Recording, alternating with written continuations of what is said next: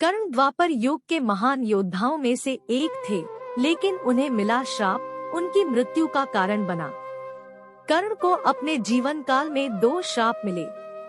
पहला श्राप उन्हें उनके गुरु भगवान परशुराम ने दिया था और दूसरा श्राप एक ब्राह्मण ने दिया था। कर्ण बचपन से ही धनुर्धर बनना चाहते थे, लेकिन सूत पुत्र होने के कारण किसी ने उन्हें प्रशिक्षित नहीं किया। जब वह गुरु द्रोणाचार्य के पास धनुर्विद्या सीखने जाता है तो वे भी उसे सूत पुत्र होने के कारण धनुर्विद्या सिखाने से इनकार कर देते हैं। इससे कर्ण निराश हो जाता है और भगवान परशुराम के पास पहुंचता है। लेकिन भगवान परशुराम ने भी अपना ज्ञान ब्राह्मणों को ही दिया था। अब कर्ण धनुर्विद्या सीखने के लिए उत्सुक था, इसलिए उसने भगवान परशुराम से झूठ बोला कि वह एक ब्राह्मण है।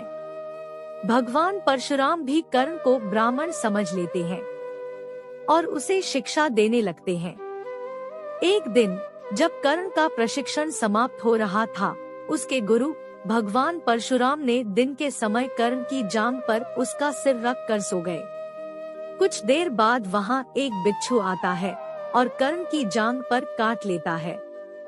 कर्ण को अब विश्वास हो गया कि यदि वह बिच्छू को हटा देगा या उसे हटाने की कोशिश भी करेगा तो गुरु परशुराम की नींद में खलल पड़ जाएगा। इसलिए वह बिच्छू को हटाने के बजाय उसे डंक मारने देता है। कर्ण काफी समय तक बिच्छू के डंक से होने वाली पीड़ा से पीड़ित होते रहे। फिर कुछ देर बाद जब गुरु परशुराम नींद से जागते हैं तो उन्हें कर्ण की जांघ से खून बहता हुआ दिखाई देता है। यह देखकर गुरु परशुराम क्रोधित होकर कहते हैं, ऐसी सहनशीलता केवल क्षत्रिय में ही हो सकती है। तुमने मुझसे झूठ बोलकर ज्ञान प्राप्त किया, इसलिए मैं तुम्हें श्राप देता हूँ कि मैंने तुम्हें जो ज्ञान दिया है वह उस समय तुम्हारे काम नहीं आएगा जब तुम्हें इसकी सबसे अधिक आवश्यकता होगी।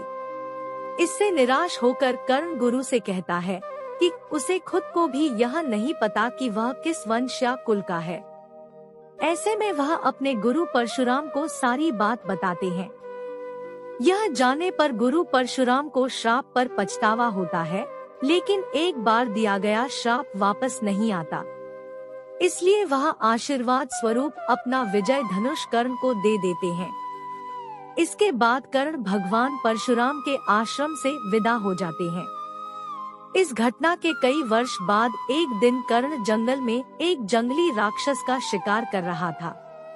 वह राक्षस को मारने के लिए तीर चलाता है, लेकिन राक्षस अचानक गायब हो जाता है और तीर दलदल में फंसी गाय को लगता है।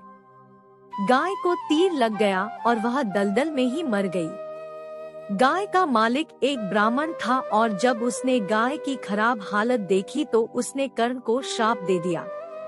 श्राप में ब्राह्मण कहता है कि जिस तरह तुमने असहाय गाय को मारा उसी तरह एक दिन तुम्हारी भी मृत्यु होगी। बाद में इन दोनों श्रापों का असर महाभारत में देखने को मिला। युद्ध के दौरान कर्ण के रथ के पहिए दलदल में फंस जाते हैं। जब कर्ण उसे बचाने के लिए अपने रथ से नीचे उतरा तो अर्जुन ने तीर चलाकर कर्ण को मार डाला। धन्यवाद।